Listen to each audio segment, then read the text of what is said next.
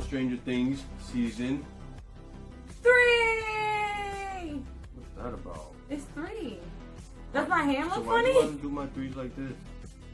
Anyways, it looks like a claw. today we are going to do a review on Stranger Things season 3. I don't know, what'd you think of it?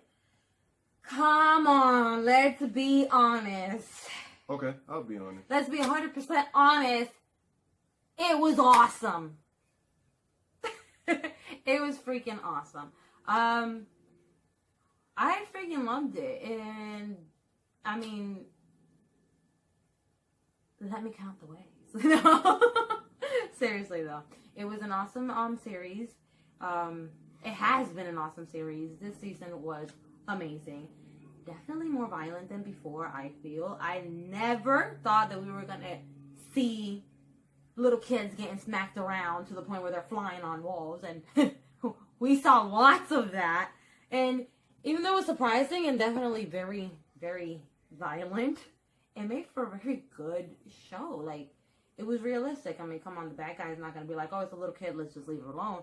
No, I mean, the little kid was a threat in this series, so it was realistic to that part. And well, it was a threat to them. It was a very big threat to them. Not yes. to us. Not to us. But I have to say that the whole entire time I was watching it, I was really hoping that Max and her brother would have this great, reunion at the end of it and he'd be alright. But of course... Yeah, I was kind of bummed out that Billy died, man. Yes. Like, I was real bummed out that Billy died. Yes, Billy dying. But at least they made him relevant in this one. Very. In season 2, he wasn't really that relevant. It's like they just had his character just for show. But this season actually showed him doing something. And I actually like the way he tried to hold that hand thingy majiggy from getting to L. I liked that. That was a very actual big hero moment for him. I was actually very surprised that he did that. I was expecting him to turn around and head running for the hills, and he saw that thing and he was like, "Wait, no, I'm gonna fight you back." And that was a very big hero moment for him. That's that mama love, man. Yeah, and I also like that they did that. They actually gave us a little bit of Billy. Yeah, they gave us more of his backstories. Yeah. Yes, and now put us in a state where we can understand him a little bit more. Yeah. But then the fact that they did that and then just took him away from us like that was just like, what the heck? What the heck? But no, that, and then that scene with him and Elle, and when she's telling him, like, she was beautiful and she was very pretty, and I actually got a little emotional for that part, no BS. Yeah, there was a lot of emotional parts. There were a few that had me choked up. It was a ride, man. Like, very. I do have to, kind of say, I'm just gonna go out and say it, but I didn't like that. It didn't really feel like a third installment to Stranger Things. It felt like a whole nother thing was just coming through the show. Like, to me, it felt like another episode of Invasions of the Body Snatchers. I never thought that they would go in the direction of invading people and doing all that, human zombie stuff. But they did, and it didn't feel like it fit with the other two previous seasons. Yeah, that is kind of, it is true to an extent, because when Will got quote unquote possessed or invaded, however you want to say it, in season 2, it was very much different. It was different. It's like he was still controlling himself until the Mind Flayer wanted him to do something. Whereas to this one, it just kind of seemed like the Mind Flayer was controlling Billy and the possessed the whole entire time. Yeah. Also, Will never had to eat any chemicals or anything like that to recharge or anything like that. And all of a sudden, the Flayed, as they quoted it, did need to do all that just to power themselves up so they could turn into that goo. Which is a little weird, but that happened. Yeah, that whole goo turning thing was a little weird. But, it was. But, It was really gross. Like my wife here said, it did make for a very good show. Like, so there's some things that they actually did for the show. But you know, other than that, I love the show. I'll never take away from the show. The show is what it is. It's a phenomenal show. Oh, so I must say, I don't know if what you're about to say goes with what we were just talking about, but I must say, I loved the line where Steve and Dustin are in the elevator, and Dustin tells him, "No, if you die, I die." Oh yeah. It was a very bromance moment there, and of course we all know Mama Steve and Dustin's connection. Steve the hair.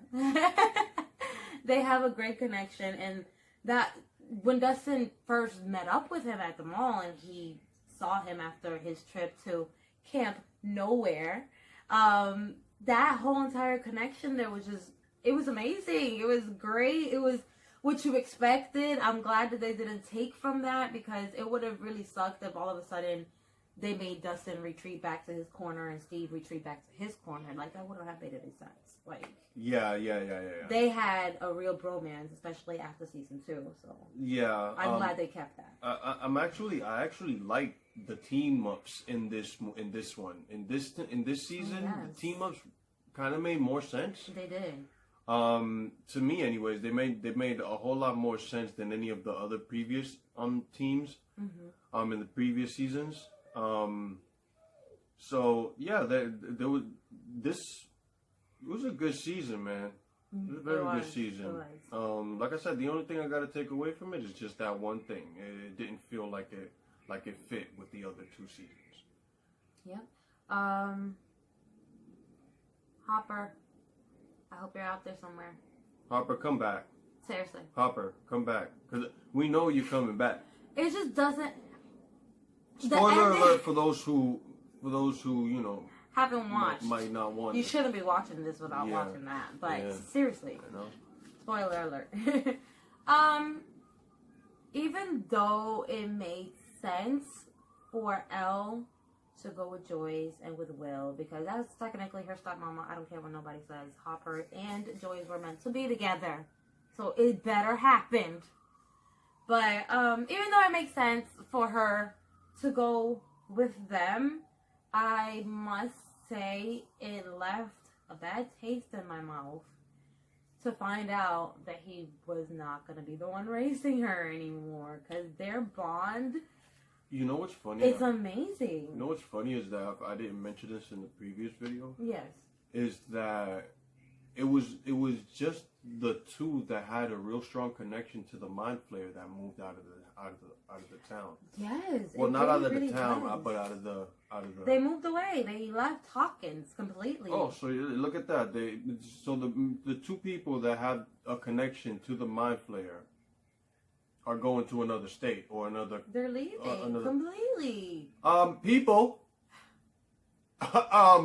Look, there's rumors going around that season 4 might take place during Christmas, because at the end of this season, I think it was the end of the season in episode 8, Mike does mention them possibly coming back for Christmas, because, I'm guessing he's been talking to Joyce, and, he's in love. Of course he's going to want to know when his best friend and his girlfriend are going to come back. Mm-hmm. But, so hopefully, it'll be taking place during Christmas, and we get to see some of that, and hopefully Hopper will be back, because like I said, it left a very bitter taste in my mouth that he was not going to be the one raising her anymore. Like, they had been building this bond since the end of season 1, and it was an incredible bond. Like, he really warmed up to her. Well, that's more of a reason for her to come after him. Come back, for him and stuff like that, yes. And I mean, we all did hear the Russian mention the questionable American in their holding cell, but, yeah, because the Terminator dude actually refers to Hopper throughout the whole season. He calls Hopper the American. So hopefully that's who they're talking about. There are also rumors saying that it might be, Papa. Because Papa kind of just disappeared, and if you guys paid attention during season 2, one of the people Elle and her sister tortured was one of the scientists from the lab. They used to torture them, actually. He mentioned that Papa was not dead. And Elle was very confused about this because she saw him, quote unquote, die. But who knows if he really didn't die and maybe the Russians have him instead of Hopper. Whatever the case is, there was no body for Hopper. And no body, no crime.